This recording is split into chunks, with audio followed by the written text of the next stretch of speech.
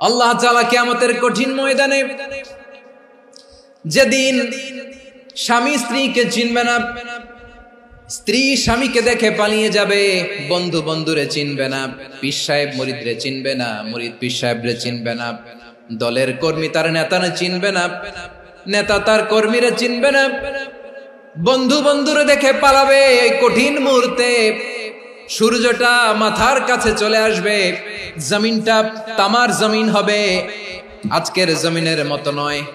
মানুষ ঘর্মাক্ত, ক্লান্ত, শ্রান্ত মাথার মগজগুলো কানের ছিদ্র আর নাকের ছিদ্র দিয়ে বেয়ে বেয়ে পড়বে। বিশ্বনবী ফরমান, কিয়ামতের ওই কঠিন ময়দানে 7 শ্রেণীর ব্যক্তিকে রব্বুল আলামিন তার আরশের নিচে ছায়া দিবেন। তার মধ্যে প্রথম শ্রেণীর ব্যক্তি হলো ইমামুন আদিল, যে ইনসাফের সাথে বিচার করে, যে জাস্টিস সমাজে সার্ভ করে, যে সুশাসন নিশ্চিত করে, ওই ইমামুন আদিল। আদিল শব্দটা বুঝছেন না? ইন্নাল্লাহা ইয়া'মুরু বিল আদল, পাইছেন? আদিল। 7 শ্রেণীর ব্যক্তিকে আল্লাহ তাআলা সুশীতল আরশের নিচে ছায়া দিবেন, যেদিন তার দেয়া ছায়া ছাড়া কোনো ছায়া থাকবে না। এর প্রথম হচ্ছে ইমামুন আদিল, ন্যায়পরায়ণ শাসক। চিল্লায় বলেন সুবহানাল্লাহ। আবার বিশ্বনবী বললেন, ইন্নাল মুকসিতিনা ইনদাল্লাহি আলা মানাবিরা মিন নূর আন ইয়ামিনির রহমান। কিয়ামতের দিন যারা ন্যায় পরায়ণ হিসেবে আল্লাহর সামনে দাঁড়াবে, কিয়ামতের দিন রব্বুল আলামিন তার আরশের ডান দিকে ওই ন্যায় পরায়ণ লোকদের জন্য আরশের ডান দিকে একটা নূরের মিম্বারে তাদেরকে বসার সুযোগ করে দিবে। আল্লাহর আরশের ডান দিকে ন্যায় পরায়ণ লোকদের জন্য আল্লাহ তাআলা নূরের মিম্বার বানাবে। 4টে কেন কথা মনে করেছেন? আল আদাল, জাস্টিস। ইন্নাল্লাহা ইয়া'মুরু বিল আদল। আল্লাহ তাআলা এই আদালতের নির্দেশনা দেন, সুবিচার, সুশাসন। প্রিয় ভাইয়েরা, এটা আমরা বাংলাদেশে চাই কি চাই না? এই যে অরাজকতা, এই যে অন্যায়, এই যে জুলুম, এই যে ইনকনসিস্টেন্সি সমাজের অসঙ্গতির প্রধান কারণ জাস্টিস নাই, সুবিচার নাই, সুশাসন নাই। শেষবারের মতো আওয়াজ করে বলেন তো, আমরা বাংলাদেশে আদল চাই কি চাই না? তাহলে প্রথম নির্দেশনা শেষ। আল্লাহ তাআলা তোমাদেরকে আদলের আদেশ দেন। এরপরে আল্লাহ বললেন, আমি তোমাদেরকে ইহসানের আদেশ দেই। ইন্নাল্লাহা ইয়া'মুরু বিল আদলি ওয়াল ইহসান। আমি তোমাদেরকে যেমনি আদলের নির্দেশনা দেই, তেমনি ভাবে তোমাদেরকে ইহসানের নির্দেশনা দেই। ইহসান, আওয়াজ করে সবাই বলেন তো ইহসান। ইহসান মানে কারো প্রতি সফট হার্টেড হওয়া, মহানুভব হওয়া, অনুগ্রহ পরায়ণ হওয়া, অনুগ্রহশীল হওয়া, একে অপরের প্রতি দয়াদ্র হওয়া।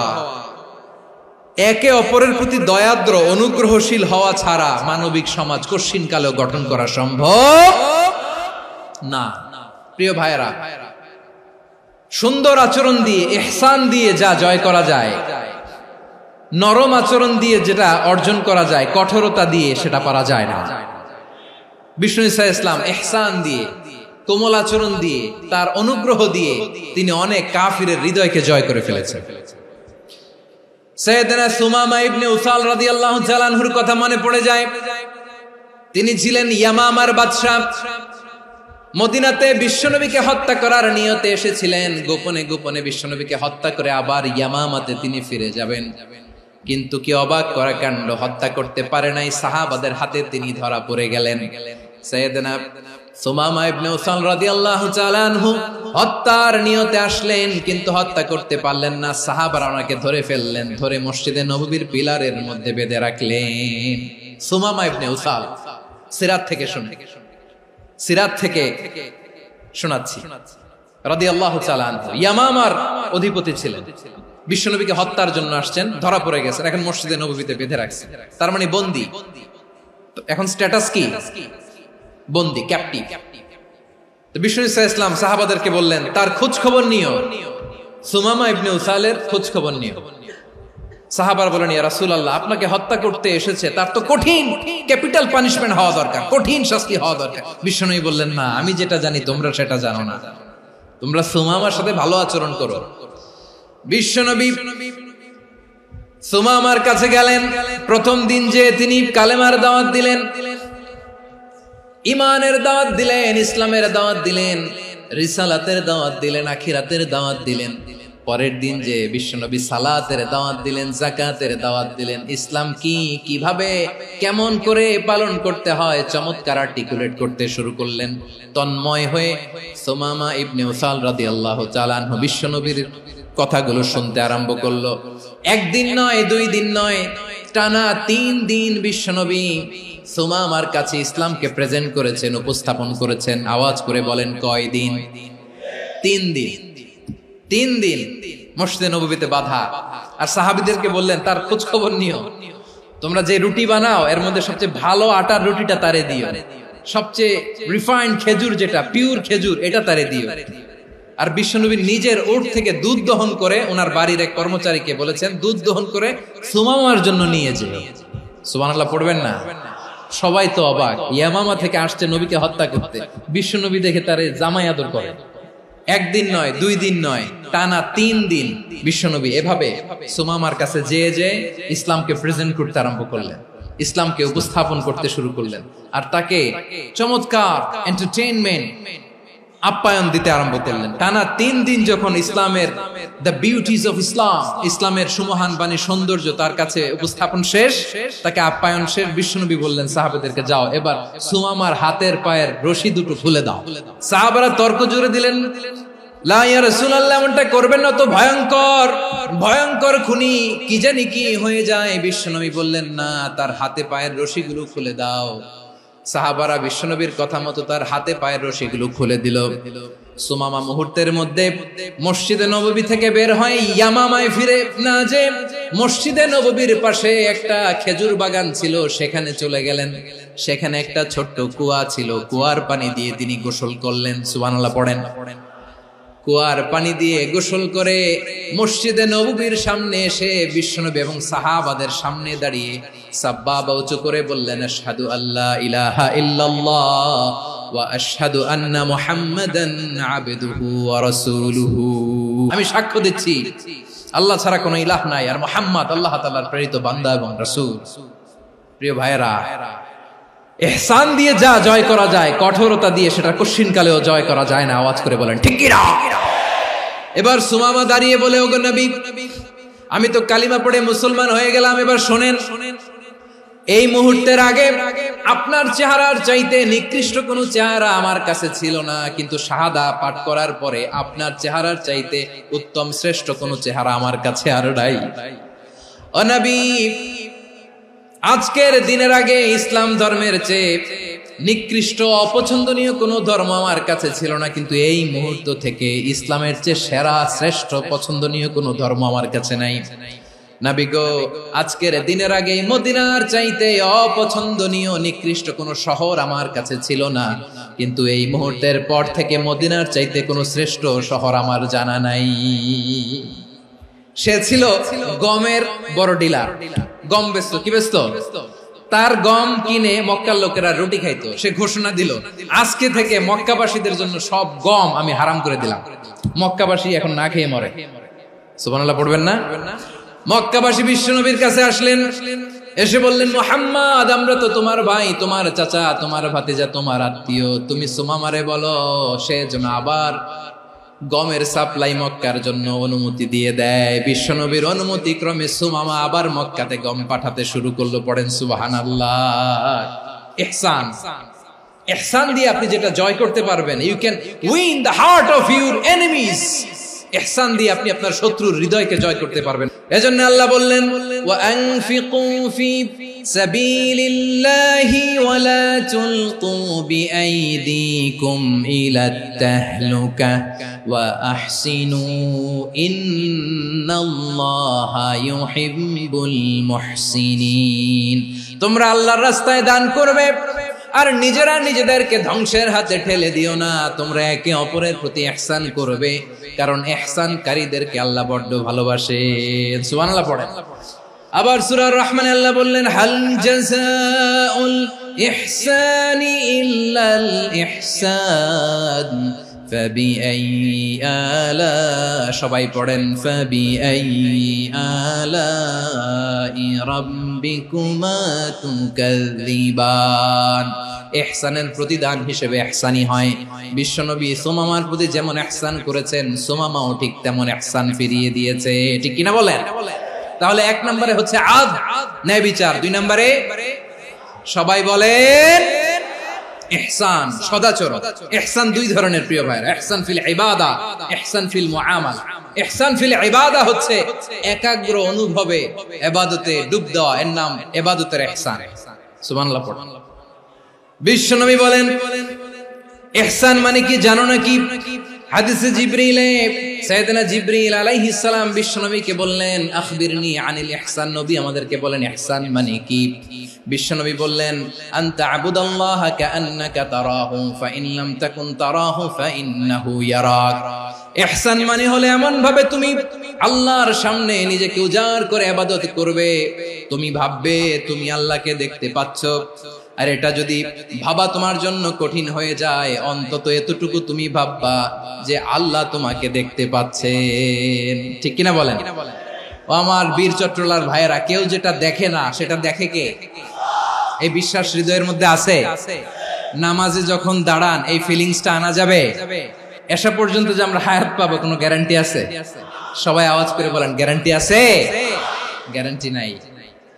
এজন্য বিষ্ণু ইসলাম বলেছে এমন ভাবে নামাজে দাঁড়াও, ইবাদত করো, মনে করো হতে পারে এটাই আমার জীবনের শেষ নামাজ। পারফর্ম দ্য সালাহ as if this is your last and final prayer. এমন ভাবে সালাতে দাঁড়াও, ভাবো হতে পারে এটাই তোমার জীবনের শেষ নামাজ। এমন ভাবে নামাজে দাঁড়াও, ভাবো এটাই শেষ নামাজ। তাহলে নামাজে একাগ্রতা বাড়ায় দিবে কে? ফলে ইবাদতের ইহসান আমাদের অর্জিত হবে। আর মুআমালাতে ইহসান হলো, বিশ্বনবী বলেন ইন্নাল্লাহা তাবারাকা ওয়া তাআলা كتب الإحسان على كل شيء فإذا قتلتم فأحسنوا القتلة وإذا ذبحتم فأحسنوا الذبح وليحد أحدكم شفرته وليرح ذبيحته। ইহসান দুই ধরনের, আওয়াজ করে বলতে হবে কয় ধরনের? একটা হচ্ছে ইহসান ফিল ইবাদা, ইবাদতে ইহসান। ইবাদতে ইহসান কি? একাগ্র অনুভব দিয়ে ইবাদত করা, মন প্রাণ দিয়ে ইবাদত করা। আর মুআমালাতে ইহসান কি? সব কাজে, দৈনন্দিন কাজে, কর্মে, সামাজিক অ্যাক্টিভিটিতে কোমলতা প্রদর্শন করা, অনুগ্রহের সাথে সবকিছু করা। আল্লাহ তাআলা ইন্নাল্লাহা তাবারাকা ওয়া তাআলা কাতাবাল ইহসান আলা কুল্লি শাই, তিনি সবকিছুর ব্যাপারে ইহসানকে আবশ্যক করেছেন। সবকিছু, মুমিনের সব কাজে ইহসানের পরশ থাকবে। ওয়া ইযা কাতালতুম ফাহসিনুল কিতলা, বিষ্ণুই বলেন তুমি যখন কাউকে হত্যা করো ইহসানের সাথে করো। সুবহানাল্লাহ পড়বেন না? যখন হত্যা করো তখনও ইহসানের সাথে। আচ্ছা হত্যা করবো আবার ইহসান আসবে করতে, করে তো মেরেই ফেলবো আমি। আল্লাহ, ও ভাই একজন খুন করেছে, খুনি, রাষ্ট্রীয় আইনে তার শাস্তি হয়েছে ডেথ পেনাল্টি, মৃত্যুদণ্ড। এখন মৃত্যুদণ্ড দেখে আপনি যেমনি মন চায় তেমনি মারবেন লোকটারে? ওর নাক কেটে ফেলতে পারবেন? ওর কান কাটতে পারবেন? ওর চোখ উপড়ে ফেলতে পারবেন আপনি? যেমন মন চায় তার অঙ্গহানি করা যাবে না। ইহসানের সাথে তাকে হত্যা করো। সুবহানাল্লাহ, this is Islam, this is the true essence of Islam. ওয়া ইযা যাবাহতুম ফাহসিনু যাবহা, যখন জবাই করবে তখনও ইহসানের সাথে জবাই করো। করব জবাই, ওইখানেও নাকি ইহসান। আচ্ছা কুরবানির দিন আমরা পশুগুলোরে কি করি বলেন সবাই আওয়াজ করে? জবাই। জবাই মানে তো এটার মেরেই ফেলতেছি, একটু পরে তো টুকরো টুকরো করে গোশতগুলো খাবো, এটা তো খাবো, এটা তো মেরেই ফেলবো। বিষ্ণু বলে না, জবাইয়ের মধ্যেও মুমিনের জবের ভেতরেও ইহসানের পরশ থাকা চাই। যখন জবাই করবে প্রাণীটাকে হাত পা টাইট করে বেঁধে নাও, ছুরিটাকে শার্পেন করে নাও, ধারালো করে নাও, যাতে অল্প সময়ে জবাইটা হয়ে যায়, প্রাণীটা যাতে কম কষ্ট পায়। সুবহানাল্লাহ পড়ে। দিস ইজ কল্ড ইহসান। আল্লাহ তাআলা যেমনি আদলের আদেশ করেছেন, ন্যায় বিচার, জাস্টিস এনশিওর করতে বলেছেন, সমাজে ইহসানের ব্যবহার, ইহসানের অনুশীলন তিনি করতে বলেছেন। এজন্য মুমিনের প্রতিটি কাজে, আমার চট্টগ্রামের ভাইরা আমার দিকে তাকান, খেয়াল করে শুনুন, মুমিন জীবনের প্রতিটি কাজে ইহসানের পরশ থাকা চাই। আমরা যেন আমাদের পরিবারের প্রতি ইহসান করি, আমরা যেন আমাদের কর্মচারীদের প্রতি ইহসান করি, আমরা যেন আমাদের কলিগদের প্রতি ইহসান করি, আমরা যেন আমাদের ভাইদের প্রতি ইহসান করি। মুমিন জীবনের প্রতি কাজে ইহসানের পরশ থাকার দরকার আছে না নাই? কথা বুঝতে পেরেছেন? তাহলে আল্লাহ তাআলার তিনটা আদেশ ছিল, কয়টা গেল? প্রথমে কি ছিল? আদল। 2 নম্বরে, 3 নম্বরে রব্বুল আলামিন বললেন ওয়া ইতাইদিল কুরবা, নিকটাত্মীয়দেরকে দান করো, নিকটাত্মীয়দেরকে দাও, যারা তোমাদের ব্লাড কানেকশনের আত্মীয় তাদেরকে তোমরা দাও। এখানে জেনারেলি বললেন দাও, কি দিব সেটা তিনি এখানে বলেন নাই, সেটা তিনি সূরাতুল ইসরার মধ্যে বলেছেন। আল্লাহ বলেন ওয়া আতিদাল কুরবা হাক্কাহ, নিকটাত্মীয়দেরকে তাদের অধিকার, তাদের প্রাপ্য তোমরা বুঝিয়ে দাও। দেখেন, একটা শান্তির সমাজ, একটা সমৃদ্ধ সমাজ, একটা মানবিক সমাজ গঠনের জন্য আল্লাহ তাআলা বেশি না মাত্র 3টা অর্ডার, 3টা ভার্ডিক্ট তিনি জারি করেছেন। 1 নাম্বার সুশাসন, ন্যায় বিচার।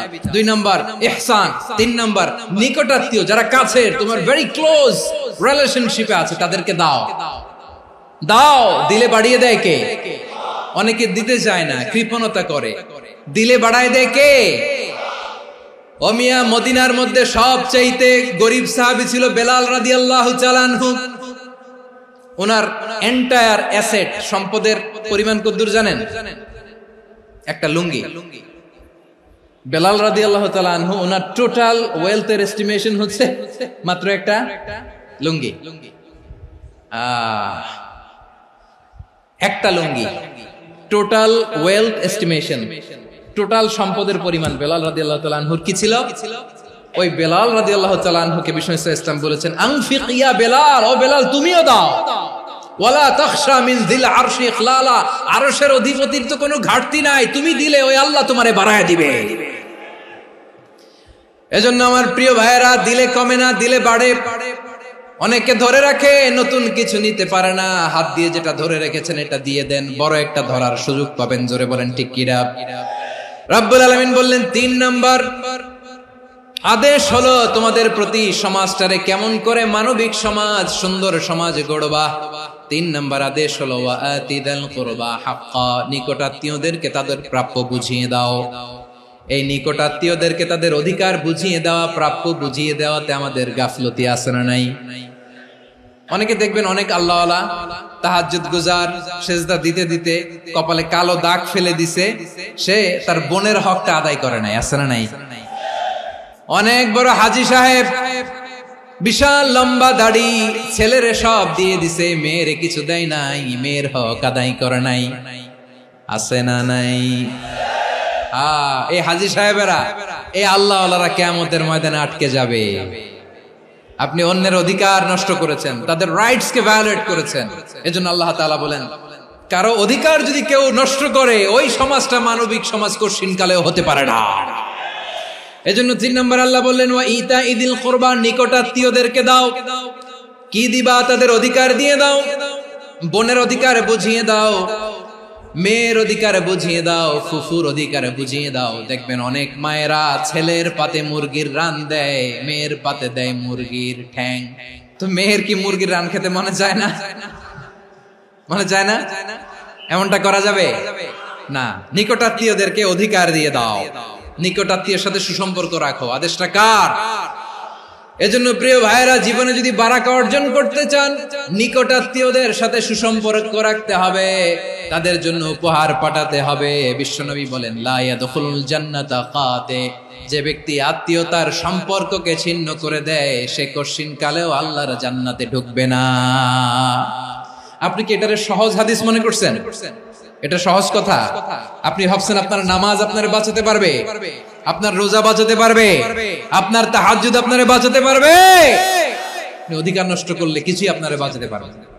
এজন্য নিকট আত্মীয়দেরকে দিতে হবে বেশি বেশি। বিশ্বনবী বলেন ইন্না সাদাকাতা আলাল মিসকিনি সাদাকা ওয়া আলা যির রাহিমি ইসনাতান সাদাকাতুন ওয়া সিলা। মিসকিন রে দান করলে শুধু দানের সওয়াব হয়, নিকট আত্মীয়কে দান করলে 2টার সওয়াব হয়, সাদাকার সওয়াব হয়, আবার আত্মীয়তার বন্ধন অটুট রাখার সওয়াব হয়ে যায়। আবার বিশ্বনবী বললেন মান সাররাহু আইয়ুবসাতা লাহু ফি রিজকিহি ওয়া ইনসালাহু ফি আসারিহি ফালইয়াসিল রাহিমা। যে ব্যক্তি তার রিজিকের প্রশস্ততা চায় আর হায়াতে বরকত চায়, সে যেন তার আত্মীয়ের সাথে সুসম্পর্ক রাখে। আমার প্রিয় চট্টলার ভাইয়েরা, আমাদের রিজিক বাড়ুক, এটা আমরা চাই কি চাই না? সবাই চান? হ্যাঁ, আমাদের রিজিকে প্রশস্ততা আসুক, চাই কি চাই না? আমাদের হায়াতে বরকত আসুক, আমরা চাই কি চাই না? এই দুইটা যদি চান তাহলে নিকটাত্মীয়দের সাথে সুসম্পর্ক রাখবেন। পারবেন? তাহলে সমাজটারে মানবিক সমাজ বানায় দিবে কে? তিনটা আদেশ চলে গেল। 1 নম্বরে কি ছিল?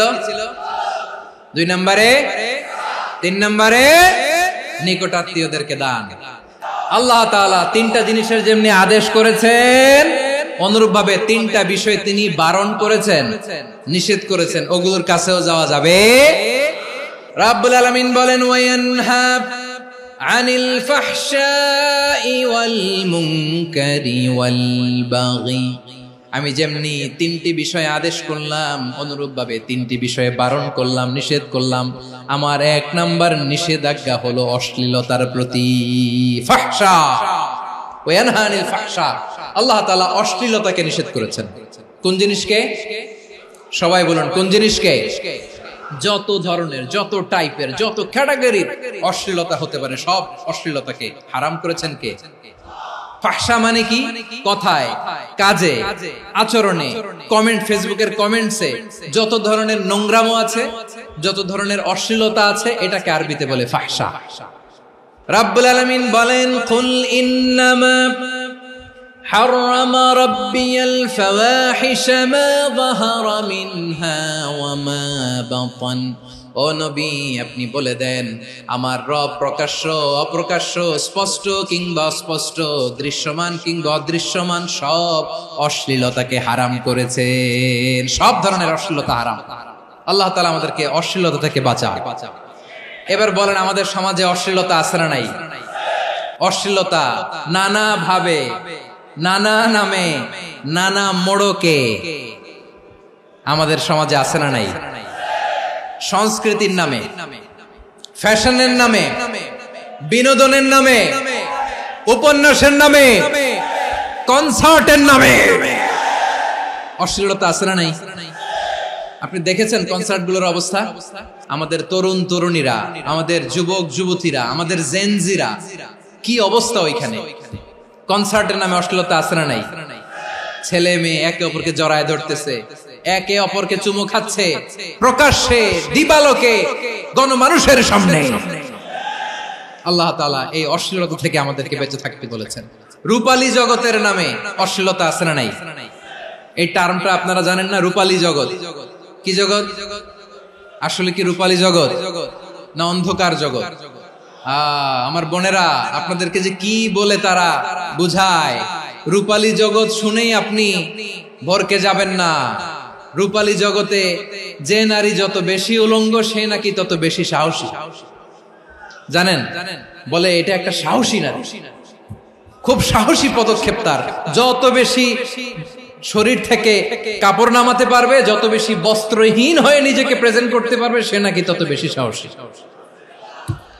আমার চট্টলার ভাইয়েরা, শয়তানের প্রথমে এজেন্ডা ছিল বনি আদমকে বস্ত্রহীন করা। সে আদম এবং হাওয়া আলাইহিস সালামকে নিষিদ্ধ গাছের ফল খাইয়ে তাদেরকে বস্ত্রহীন করেছে। এই জামিনেও সে আমাদেরকে বস্ত্রহীন করতে চাইবে।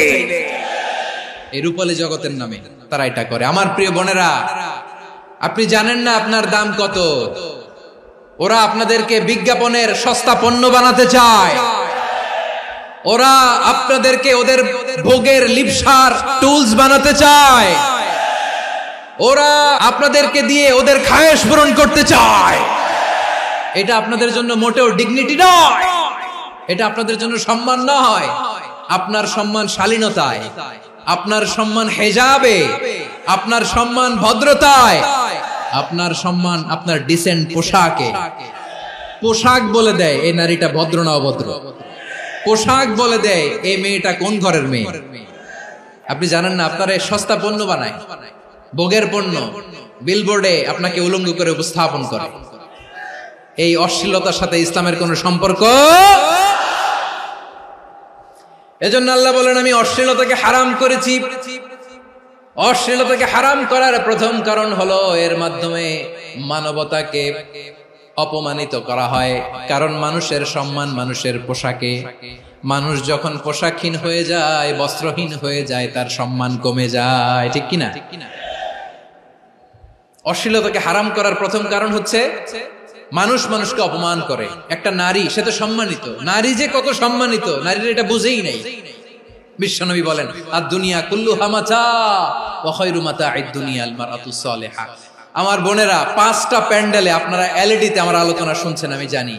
আপনাদের এই গর্ভ যে কত দামি আপনি জানেন না। আপনার পেট থেকেই আসবে আগামী দিনের সালাহুদ্দিন আল আইয়ুবী, আপনার পেট থেকেই আসবে অনাগত দিনের ইমাম মাহদী আল মুনতাদর, আপনার পেট থেকেই আসবে অনাগত দিনের ফয়সাল, ওয়াসিম, মুগ্ধ, আবু সাইদের মতো বীর যোদ্ধা।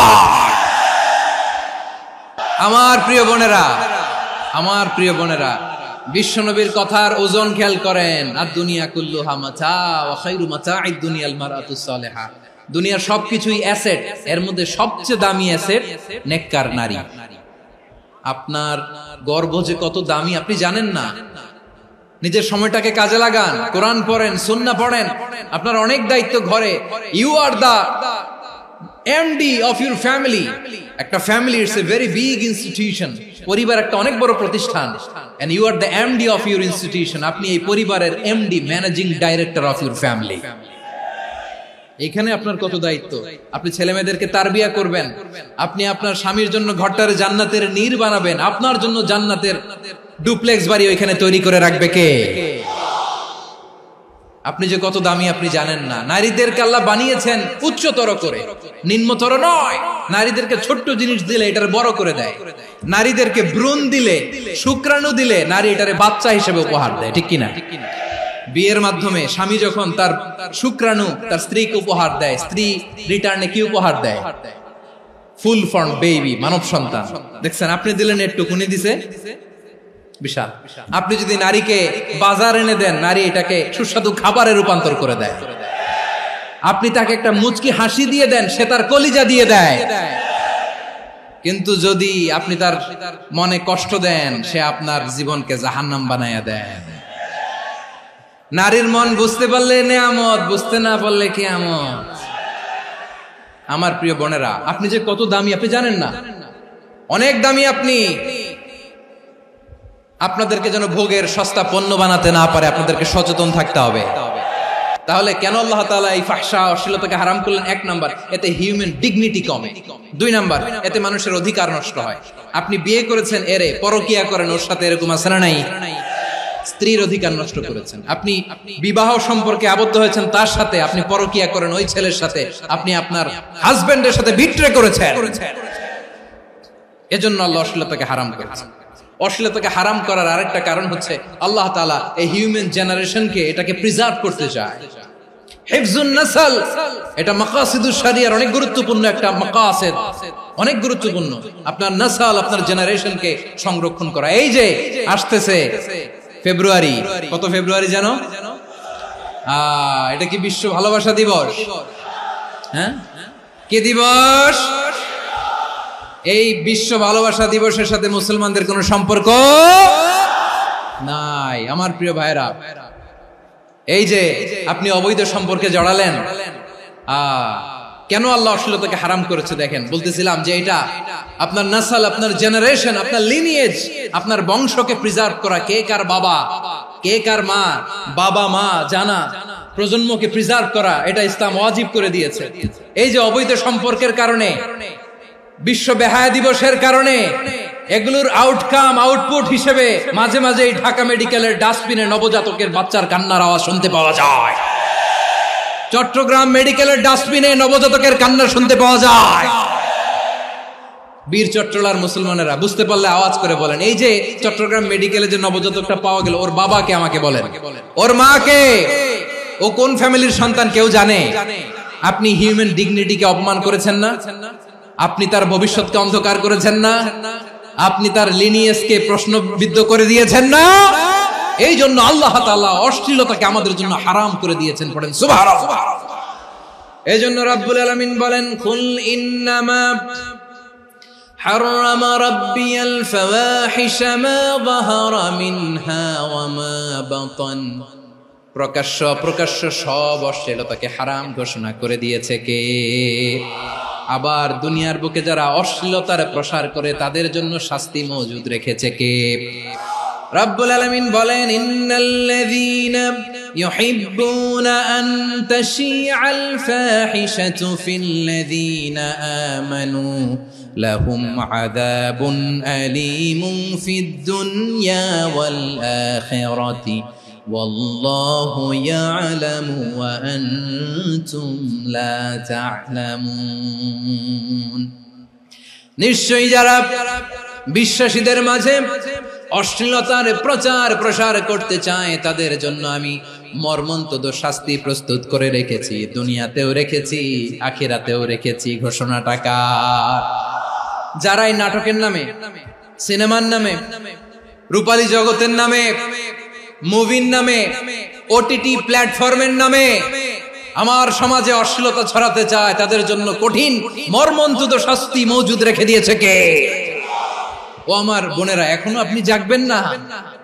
এখনো আপনার চিন্তার দুয়ারে এখনো নাড়া পড়ে নাই? ওরা আপনাকে উলঙ্গ বানাতে চায়, ওরা আপনাকে আইটেম গার্ল বানাতে চায়। এজন্য ইসলাম অশ্লীলতাকে হারাম করেছে। হারাম। ইসলাম বলেছে যোজন যোজন দূরে থাকো, ওরা বলে না কাছে আসো, কাছে আসার গল্প, ক্লোজ আপ ওয়ান, কাছে আসার গল্প আছে না নাই? তাহলে অশ্লীলতার সাথে আমাদের কোনো সম্পর্ক? সবাই বলতে পারেননি, আওয়াজ করে বলুন, অশ্লীলতার সাথে আমাদের কোনো সম্পর্ক? আমরা এই সমস্ত ক্লোজ আপ ওয়ান, কাছে আসার গল্পের প্রোগ্রামে যাব? আমরা কোন ধরনের অশ্লীল কন্টেন্ট সোশ্যাল মিডিয়ায়, টিভিতে দেখব? কি যুগ যে আমরা কাটাচ্ছি আপনি কল্পনা করতে পারবেন না। পর্ন ইন্ডাস্ট্রি, নারী পুরুষের বস্ত্রহীন যুগল দৃশ্য, এটাকে দিয়ে ওরা কোটি ডলারের ইন্ডাস্ট্রি বানিয়েছে। পুরো মানব ইতিহাসে এরকম জঘন্য সময় মানব ইতিহাস পার করে নাই। পর্ন এটা ইন্ডাস্ট্রি হয়ে গেছে। আমাদের এই যুবকগুলো, জেনজিগুলো, ওদের চরিত্র বাঁচাবে কি করে? কেমন করে হেফাজত করবে ওদের এই মূল্যবান চরিত্র? আমার প্রিয় ভাইরা, এই অশ্লীলতার দ্য লেটেস্ট ভার্সন হচ্ছে LGBTQ, শরীফ থেকে শরীফা। শুনছেন আপনারা? দেখতে পুরুষ, আসলেই পুরুষ, সুস্থ একজন পুরুষ, 4 সন্তানের বাবা, বলে আমি মনে মনে নারী। দেখতে নারী, সুস্থ নারী, আসলেই সে দিব্যি একজন নারী, বলে আমি মনে মনে পুরুষ। সবচেয়ে ভয়ঙ্কর অশ্লীলতার সবচাইতে লেটেস্ট ভার্সন হচ্ছে এই ট্রান্সজেন্ডারিজম। সুস্থ পুরুষ তার বায়োলজিক্যাল গ্রোথকে হরমোন দিয়ে স্টপ করে দিয়ে সে সার্জারি করে নারী হতে চায়। সুস্থ নারী পুরুষ হতে চায়। পুরুষ পুরুষের প্রতি সেক্সুয়ালি আকর্ষণ বোধ করে। এটা লূত আলাইহিস সালামের কওমের মধ্যে ছিল। এটাকেও আল্লাহ কোরআনে ফাহিশা বলেছেন। ওয়ালুতান ইয قال لقومه أتأتون الفاحشة ما سبقكم بها من أحد من العالمين।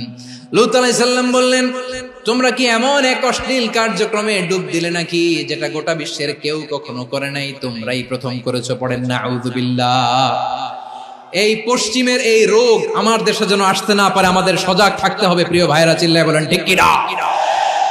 পশ্চিমের অবস্থা ভয়ঙ্কর। পাশ্চাত্যে, আমি যুক্তরাষ্ট্রে ছিলাম অনেকদিন, কয়েক মাস, বিভিন্ন স্টেটে ঘুরেছি। গার্ডিয়ানরা উদ্বিগ্ন, ছেলে মেয়েদেরকে, ছোট্ট ছেলে মেয়ে, ওদেরকে জিজ্ঞেস করে, তুমি how do you feel right now inside yourself? তুমি ভিতরে ভিতরে কেমন ফিল করো? তোমার কি ছেলে ছেলে লাগে না মেয়ে মেয়ে লাগে? আচ্ছা বলেন, এই ছোট্ট বাচ্চাটা ওকে এগুলো জেন্ডার অ্যাসাইনমেন্ট বলতে এগুলো কিছু বুঝে? এইভাবে মিসগাইড করা হচ্ছে। কৌতূহল বশত ছোট্ট ছেলে যদি বলে আমার তো মেয়ে মেয়ে লাগে, তখন বলে যে না তুমি মেয়ে, ছেলে না। মা বাবা বাধা দিলে ওকে আলাদা গভর্নমেন্ট হাউসে নিয়ে যায়। ভয়ঙ্করতম অবস্থা। আমরা একটা সময় শুনতাম যে হুজুর আমার ছেলেটা খুব ভালো, হাফেজে কোরআন, আল্লাহওয়ালা। হুজুর আমার ছেলে দাড়ি রাখছে, আল্লাহওয়ালা। হুজুর আমার ছেলে 5 ওয়াক্ত সালাত জামাতের সাথে পড়ে, তার মানে আল্লাহওয়ালা। পশ্চিমে যে আমি কি শুনছি জানেন? ওরা বলে হুজুর আমার ছেলেটা ইউনিভার্সিটির একটা মেয়ের সাথে প্রেম করে, ও খুব আল্লাহওয়ালা, হুজুর দোয়া করবেন। এর কারণ ওদের কাছে আল্লাহওয়ালার ক্রাইটেরিয়া হচ্ছে হুজুর আমার ছেলেটা আরেক ছেলের পছন্দ করে নাই, আমার মেয়েটা আরেক মেয়েকে ভালোবাসে নাই, এজন্য আমার ছেলেটা আল্লাহওয়ালা হুজুর ওর জন্য একটু দোয়া করে দিয়ে। কি চ্যালেঞ্জ ওরা ফেস করতেছে। ওনার ছেলে যে আরেক ছেলেরে বিয়ে করবে না, এটাতেই উনি খুশি যে আলহামদুলিল্লাহ আমার ছেলেটা একটা মেয়েরে ভালোবাসে, আমার মেয়েটা একটা ছেলেরে ভালোবাসে, মানে এটা খুব আল্লাহওয়ালা। নাউজুবিল্লাহ পড়তে পারলেন না? এজন্য অশ্লীলতার সাথে আমাদের কোন সম্পর্ক। রাব্বুল আলামিন বলেন ওয়ায়ানহা আনিল ফাহশাই ওয়াল মুনকারি ওয়াল বাগি, তিনটা জিনিসকে আমি নিষিদ্ধ করলাম। এক নাম্বার হলো ফাহশা, অশ্লীলতা। দুই নম্বরে হলো মুনকারের সমস্ত মন্দ কাজ। মুনকার মানে হচ্ছে যত মন্দ কাজ, খারাপ কাজ, বাজে কাজ, এটার বলে মুনকার। এটার কি বলে? আপনারা পড়ছেন না তা'মুরুনা বিল মা'রুফি ওয়া তানহাউনা আনিল মুনকার, সৎ কাজের আদেশ, অসৎ কাজের নিষেধ। মুনকার, মুনকার হচ্ছে মানুষের স্বাভাবিক বিবেকবোধ যেটাকে খারাপ বলে, ওইটাই মুনকার। পৃথিবীর সব আসমানি গ্রন্থ যেটাকে খারাপ বলেছে, মানুষের স্বাভাবিক বিবেকবোধ যেটাকে খারাপ বলেছে, এগুলো সব মুনকার। যেমন ইফতিজিং, এটা কি ভালো না খারাপ? মজুদদারি, খাদ্যে ভেজাল দেওয়া, ওজনে কম দেওয়া, মাছে ফরমালিন মিশানো, চাঁদাবাজি, টেন্ডারবাজি, দখলবাজি, এগুলো আমাদের স্বাভাবিক বিবেকেই বলে এগুলো খারাপ, এগুলো হচ্ছে মুনকার। আল্লাহ তাআলা এই মুনকার থেকে আমাদেরকে বেঁচে থাকতে বলেন, আর শয়তান এই মুনকারের প্রতি আমাদেরকে উদ্বুদ্ধ করে।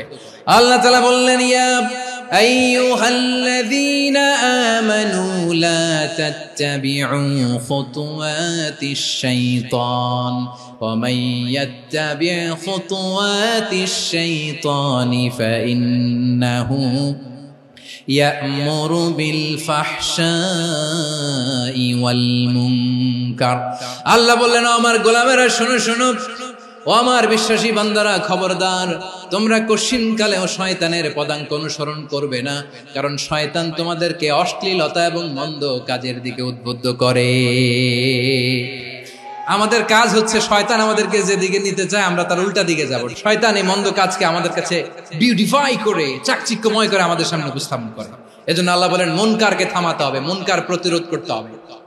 মুনকার প্রতিরোধের দায়িত্ব শুধু আমাদের নাকি? শুধু আপনার খতিব সাহেবের, ইমাম সাহেবের, নাকি মুসলিম উম্মার সবার? আওয়াজ করে বলুন, মুনকার অসৎ কাজ প্রতিরোধের দায়িত্ব কার? রাব্বুল আলামিন বলেন কুনতুম খায়রা উম্মাতিন উখরিজাত লিন-নাসি তা'মুরুনা বিল মা'রুফি ওয়া তানহাউনা আনিল মুনকার। তোমাদেরকে শ্রেষ্ঠ জাতি করে জমিনের মধ্যে আবির্ভূত করা হয়েছে, যাতে করে তোমরা জমিনের ভেতরে সৎ কাজের আদেশ করতে পারো আর অসৎ কাজের নিষেধ করতে পারো। উম্মাহ, কুনতুম খায়রা, তাহলে গোটা উম্মার দায়িত্ব, এটা বুঝতে পারছেন তো? আচ্ছা, আরো নিচে আসেন। এরপরে আল্লাহ বললেন শুধু উম্মাহ না, এই জমিনের রাজত্ব আমি যাদের হাতে দেই, এই জমিনের মালিক আমি যাদেরকে বানিয়ে দেই, যাদেরকে আমি সরকারের দায়িত্ব দেই, তাদেরকেও মুনকার প্রতিরোধের দায়িত্ব দিয়েছে কে? আল্লাহ বলেন যারা ক্ষমতার মসনদে বসেছে তাদেরকে 4 দফা কর্মসূচি আমি আল্লাহ দিলাম। আওয়াজ করে বলেন কয় দফা? আল্লাহ বলেন আল্লাযীনা ইম্মাক্কান্নাহুম ফিল আরদি আকামুস সালাতা ওয়া আতাউজ যাকাতা ওয়া আমারু বিল মা'রুফি ওয়া নাহাউ আনিল মুনকার ওয়ালিল্লাহি আকিবাতুল উমুর। যারা এই জমিনের উত্তরাধিকার হয়েছে তারা 4 দফা কর্মসূচি নিয়ে সামনে আগাবা। সালাত কায়েম করবা, যাকাত আদায় করবা, সৎ কাজের আদেশ দিবা, অসৎ কাজ থেকে মুনকার প্রতিরোধ করবা। আদেশটা কার? আমার প্রিয় চট্টলার ভাইরা, পুরো উম্মার দায়িত্ব মুনকার প্রতিরোধ করা, সরকার প্রধানের দায়িত্ব মুনকার প্রতিরোধ করা। এরপর আল্লাহ বলেন প্রতিটা ফ্যামিলির যিনি প্রধান সিইও বাবা, প্রত্যেক বাবারও দায়িত্ব এই মুনকার প্রতিরোধ করা। আওয়াজ করে বলেন ঠিক কি না? যেমনটি সাইয়েদনা লোকমান আলাইহিস সালাম ওনার কলিজার টুকরা সন্তানকে আদেশ করেছেন, ইয়া বুনাইয়া আকিমিস সালাতা ওয়া'মুর বিল মা'রুফি ওয়ানহা আনিল মুনকার। পড়েন সুবহানাল্লাহ। বাবা ছেলেকে সবক দিচ্ছে। লোকমান আলাইহিস সালাম ছেলেকে বলতেছে, ওরে আমার কলিজার টুকরা সন্তান, ওরে আমার বাছা, নামাজ কায়েম করবা, সৎ কাজের আদেশ দিবা, আর মুনকার প্রতিরোধ করবা, অসৎ কাজ, সমাজ থেকে খারাপ কাজকে ঝেঁটে বিদায় করে দিবা। তাহলে দেখেন, আমি স্টেপ বাই স্টেপ নামলাম। পুরা উম্মার দায়িত্ব, জমিনের উত্তরাধিকারী আল্লাহ যাদেরকে বানিয়েছেন সরকার, তাদের দায়িত্ব, প্রতিটি ফ্যামিলির প্রধানের দায়িত্ব, এরপরে বিশ্বনবী বলেন সচেতন প্রতিটি মুসলিমের দায়িত্ব সমাজ থেকে মুনকারকে উৎখাত করা। বিশ্বনবী বলেছেন, মান রাআ মিনকুম মুনকারান ফালিয়ুগাইয়িরহু বিয়াদিহি ফাইন লাম ইয়াস্তাতি ফাবিলিসানিহি ওয়া ইন লাম ইয়াস্তাতি ফাবিকলবিহি ওয়া যালিকা আযআফুল ঈমান। সমাজে যে মুনকার দেখবে, খারাপ কাজ দেখবে, সেজন্য হাত দিয়ে সেটাকে থামায়। আমার প্রিয় ভাইরা, না থামালে আমরাই ডুববো শেষমেশ। আমাদের বাঁচার জন্য হইলেও থামাইতে হবে। রব্বুল আলামিন বলেন, ওয়াত্তাকু ফিতনাতাল লা তুসিবান্নাল্লাযীনা যালামু মিনকুম খাসসা। ও আমার গোলামেরা, ওই আযাবকে ভয় করো যে আযাব যখন আমি জমিনের বুকে পাঠাই, শুধু জালেমদেরকেই মারি না, আলেমদেরকেও মারি। আযাব যখন আসে তখন শুধু জালিমই মরে না, আলেমও মরে। জানেন, মুসা আলাইহিস সালামের পায়ে একবার লাল পিঁপড়া, তো উনি রেগে মেগে পাশি দেখে লাল পিঁপড়ার বাসা, পা দিয়ে ডলে মুছে সবগুলো পিঁপড়া মেরে ফেলছে। এই ঘটনাটা আল্লাহ ঘটিয়েছেন এজন্য। মুসা আলাইহিস সালাম ছিলেন কালিমুল্লাহ, সরাসরি আল্লাহর সাথে কথা বলতেন। তিনি আল্লাহকে জিজ্ঞেস করেছিলেন, আল্লাহ তুমি যখন কোন জনপদে আযাব পাঠাও, শাস্তি দাও, ওখানকার শুধু জালেমরাই তো মরে না, ভালো মানুষগুলাও মরে, তো আযাব দিবা মুশরিকদের উপর দিবা, অবাধ্যদের উপর দিবা, ভালো মানুষগুলোরে মারো কেন? আল্লাহ বললেন, মুসা তোমার যে কামড় দিছিল পায়ের মধ্যে পিঁপড়া, কয়টা পিঁপড়া? একটা পিঁপড়া, তো সবগুলারে মারলা কেন? রেগে মেগে পুরো পিঁপড়ার বাসা ভেঙে মেসাকার করলা কেন? আমি যখন অ্যাকশনে যাই, আমি যখন শাস্তি দেই, তখন এত বাস বিচার করা হয় না, বাস বিচার করা যায় না। যখন অ্যাকশনে যাওয়া হয়, ওইটা ডাইরেক্ট অ্যাকশন হয়ে যায়। চিল্লায় বলো ঠিক কি না? এজন্য আমাদের বাঁচার জন্য হলেও এই পাপ থামাতে হবে, এই শয়তানের অট্টহাসি থামাতে হবে, অন্যায় অপরাধ সমাজ থেকে আমাদের থামাতে হবে। কারণ আযাব আসলে ওরাও মরবে, আমরাও মরব। একটা জাহাজ 2 তলা, আপনি আছেন 2য় তলায়, নিচের তলার কিছু লোক জাহাজের তলা ছিদ্র করতে আরম্ভ করছে। কি ছিদ্র করতেছে? আচ্ছা, জাহাজের তলা ছিদ্র করলে তলা দিয়ে কি ঢুকে? এখন আপনি যদি বলেন আমার কি, আমি তো 2 তলায়, আমি তো ভালো আছি, ওরা ছিদ্র করে ওরা মরবে। আসলে কি শুধু ওরা মরবে? তলা দিয়ে যখন পানি ঢুকবে, জাহাজ ঢুকলে আপনিও মরবেন। এজন্য নিজে মরার আগে ওই পাগলগুলোর নিচতলায় যে থামাতে হবে। চিল্লায় বলেন ঠিক কি না? এজন্য আল্লাহ বললেন, মুনকার প্রতিরোধের দায়িত্ব সমাজের টপ টু বটম সবার। এজন্য মুনকার প্রতিরোধ করার দরকার আছে না নাই? সমাজে এই যে ইফটিজিং হয়, আপনার বোনের বয়সী একটা মেয়েকে কিছু বকাটে টিটকারি করে, এই বলে সেই বলে, নোংরা কথা বলে, রাস্তায় দেখেও আপনি পাশ দিয়ে না দেখার মতো চলে যান কেন? আপনি দাঁড়ান না কেন? আপনি দাঁড়ালেই তো থেমে যাবে, কারণ সত্যের যে শক্তি, তার সামনে মিথ্যা মুখ থুবড়ে পড়ে। আপনার সামনেও কিছুই না, নাথিং। আপনি দাঁড়ান, ওকে প্রশ্ন করেন যে আমার বোনকে তুমি ডিস্টার্ব করো কেন? আপনাকে দেখে আরো 5 জন দাঁড়াবে, 5 জনকে দেখে আরো 10 জন দাঁড়াবে। আমাদের নীরবতা আর আমাদের নিশ্চুপ থাকাই জালিমদেরকে আরো শক্তিশালী জালিম বানিয়েছে। এজন্য মুনকার প্রতিরোধের দায়িত্ব আমাদের সবার। টেন্ডারবাজি, চাঁদাবাজি, দুর্নীতি, অপরাধ, দখলদারিত্ব, মজুদদারি, এগুলো সব কিছু একসাথে প্রতিরোধ করতে হবে। ঠিক কিনা বলেন? একটা মানবিক সমাজ যদি চাই, প্রতিরোধ করতে হবে। প্রিয় ভাইয়েরা, আল্লাহর শপথ নিয়ে বলি, এই নাসিহাত গুলো সবার জন্য, সব দলের জন্য, সব মতের মানুষের জন্য। আমরা কোন দলের প্রতি মানুষকে ডাকি না, আমরা ডাকি ইসলামের দিকে। সব দলের, সব মতের, সব মানুষদেরকে আমরা আহ্বান জানাই, আসুন আমরা একটা সুন্দর সমাজ বিনির্মাণ করি। এই যে নতুন বাংলাদেশের এক সুযোগ এসেছে, আর জীবনে হয়তো আসবে না, সামনের 100 বছর এই সময় আসবে না। আসুন দেশটাকে আমরা সাজাই, আসুন আমরা দুর্নীতি বন্ধ করি, আসুন আমরা চাঁদাবাজি বন্ধ করি, আসুন আমরা দখলদারিত্ব বন্ধ করি, আসুন আমরা এক দল আরেক দলকে নিশ্চিহ্ন করার যে রাজনীতি, এটা বন্ধ করি। সব দলের প্রতি আমার আহ্বান, আমরা চাঁদাবাজ মুক্ত বাংলাদেশ চাই, জুলুম মুক্ত বাংলাদেশ চাই, ফ্যাসিজম মুক্ত বাংলাদেশ চাই, গুণ খুন খারাপি মুক্ত বাংলাদেশ চাই, আমরা নতুন ভোরের বাংলাদেশ চাই। ওই বাংলাদেশ পাওয়ার জন্য মুনকার প্রতিরোধে, অন্যায় প্রতিরোধে যদি বাঘের বাচ্চার মতো, আবু সাইদের মতো দুই হাত উঁচু করে বুককে টান টান করে প্রসারিত করে দাঁড়াতে হয়, রাজি আছো মুসলমান? রাব্বুল আলামিন বলেন, ওয়ায়ানহা আনিল ফাহশাই ওয়াল মুনকারি ওয়াল বাগি ইয়াইযুকুম লাআল্লাকুম তাযাক্কারুন। আল্লাহ বললেন, আমি অশ্লীলতাকে নিষেধ করি, আমি সব ধরনের মন্দ কাজকে নিষিদ্ধ করি, সব শেষে আমি সীমা লঙ্ঘনকে তোমাদের জন্য নিষিদ্ধ করি। নিষিদ্ধ করেছেন কয়টা জিনিস? 1 নম্বরে অশ্লীলতা, 2 নম্বরে মুনকার তথা সব মন্দ কাজ, 3 নম্বরে আল বাগি সীমা লঙ্ঘন, ক্রসিং দ্য লিমিট। সীমা লঙ্ঘন করা ভালো না। We all should know our limits. চিল্লায় বলেন ঠিক কিনা? একই আয়াতে আল্লাহ বললেন, কুল ইন্নামা হারামা রাব্বিয়াল ফাওয়াহিশা মা যাহারা মিনহা ওয়া মা বাতানা ওয়াল ইসমা ওয়াল বাগিয়া বিগাইরিল হক।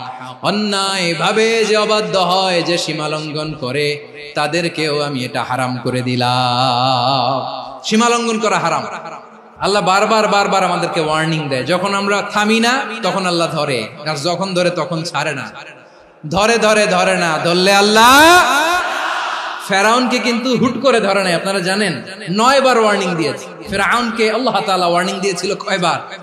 রাব্বুল আলামিন বলেন, ওয়ালাকাদ আতাইনা মূসা 9 আয়াতিন বাইয়িনাত।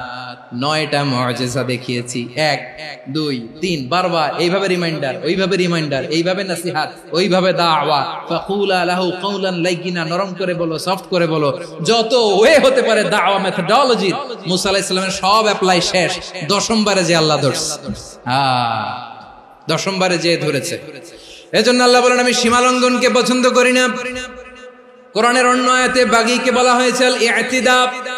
সীমা লঙ্ঘন যারা করে তাদেরকে আল্লাহ বলেছেন মুতাদিন। ওয়াকাতিলু ফি সাবিলিল্লাহিল্লাযীনা ইউকাতিলুনাকুম ওয়া লা তা'তাদু ইন্নাল্লাহা লা ইউহিব্বুল মুতাদিন। আমি সীমা লঙ্ঘনকারীদেরকে কোশ্চিনকালেও পছন্দ করি না। আমরা যেন সীমা লঙ্ঘন না করি, রাজি আছেন তো? যে কোনো ক্ষেত্রে ইবাদতে যেন সীমা লঙ্ঘন না করি। অনেকে আমরা ইবাদতে সীমা লঙ্ঘন করে ফেলি। বিশ্বনবী সাল্লাল্লাহু আলাইহি ওয়াসাল্লাম যেটা শিখিয়েছেন এর বাইরে যে অতিরিক্ত বুজুর্গ হতে চায়, এরকম আছে না নাই? কোন ক্ষেত্রেই সীমা লঙ্ঘন করা যাবে, এমনকি যুদ্ধ ক্ষেত্রেও না। বিশ্বনবী সাল্লাল্লাহু আলাইহি ওয়াসাল্লাম বলেন, খবরদার যুদ্ধ ক্ষেত্রেও সীমা লঙ্ঘন করো না। কি সুন্দর ইসলাম আমরা পেয়েছি। বিশ্বনবী বলেন, খবরদার যুদ্ধের ময়দানে কোনো নারীর গায়ে হাত তোলো না, কোনো শিশুর গায়ে হাত তোলো না, কোনো গবাদি পশু হত্যা করো না, কোনো শস্য ক্ষেত্র ধ্বংস করো না, ইবাদতরত অন্য ধর্মের কোনো সন্ন্যাসীর গায়ে হাত তোলো না। বলেন সুবহানাল্লাহ। তাহলে আমরা সীমা লঙ্ঘন করতে পারবো? প্রিয় ভাইরা, একটা সুখী, সমৃদ্ধ, শান্তির সমাজ, মানবিক সমাজ যদি আমরা গঠন করতে চাই, আমাদের আল্লাহর দেয়া কয়টা আদেশ মানতে হবে বলেন দেখি? আর বেঁচে থাকতে হবে কয়টা জিনিস থেকে? আল্লাহর আদেশ কি? 1 নাম্বার আদাল, ন্যায়পরায়ণতা। আমরা সুবিচার, সুশাসন, ন্যায় বিচার চাই কি চাই না? 2 নম্বরে কি ছিল? মাশাআল্লাহ, আমরা যেন সবার প্রতি দয়া পরবশ হই, ইহসান করি। 3 নম্বরে কি ছিল?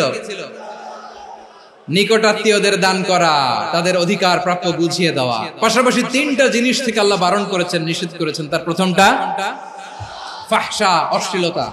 অশ্লীলতার সাথে আমাদের কোনো সম্পর্ক। 2 নম্বর নিষেধাজ্ঞা কি ছিল? আল মুনকার, সমাজের যত মন্দ কাজ এগুলোকে আমরা প্রতিরোধ করব। রাজি আছেন তো সবাই? 3 নম্বরে আল বাগী, সীমালঙ্ঘন। কোন মুসলিম সীমালঙ্ঘন করে না। রাব্বুল আলামিন শেষে বললেন, ইয়াইদুকুম লাআল্লাকুম তাযাক্কারুন। আল্লাহ তোমাদেরকে উপদেশ দেন যাতে তোমরা শিক্ষা গ্রহণ করো। আমরা উপদেশ দেব, আমরা জোর করে কাউরে কিছু মানাতে চাই না। লা ইকরাহা ফিদ্দিন ওয়াযাক্কির ফাইন্না যিকরা তানফাউল মুমিনিন। উপদেশ দিলে এটা মুমিনদের কাজে দেয়। লাস্তা আলাইহিম বিমুসাইতির ইন্নামা আনতা মুযাক্কির। নবী হে, আপনি রিমাইন্ডার দাতা, আপনি উপদেশ দিবেন। আমরাও বিশ্বনবীর এই হাদিসগুলো থেকে, কোরআনের আয়াত থেকে রিমাইন্ডার, এই কথামালা বাণী বাহক হিসেবে এই বাণীগুলো আপনাদের সাথে কাছে পৌঁছে দিলাম। আমরা আল্লাহ তাআলার কাছে প্রার্থনা করি, আল্লাহ আমরা যেন আদল দিয়ে আমাদের সমাজকে গঠন করতে পারি। আল্লাহ আমরা যেন ইহসান করতে পারি, আমরা যেন নিকটাত্মীয়দের দান করতে পারি। আল্লাহ যত ধরনের অশ্লীলতা, অনাচার, মন্দ কাজ, সীমালঙ্ঘন, অবাধ্যতা থেকে যেন আমরা বেঁচে থাকতে পারি। আল্লাহ তাআলা আমাদের সবাইকে কথাগুলো বোঝার ও আমল করার তৌফিক দান করুক। হাযা মা ইনদি ওয়াল ইলমু ইনদাল্লাহ আলাইহি তাওয়াক্কালতু ওয়া ইলাইহি উনীব। সুবহানাকাল্লাহুম্মা ওয়া বিহামদিকা আশহাদু আল্লা ইলাহা ইল্লা আনতা আস্তাগফিরুকা ওয়া আতুবু ইলাইক।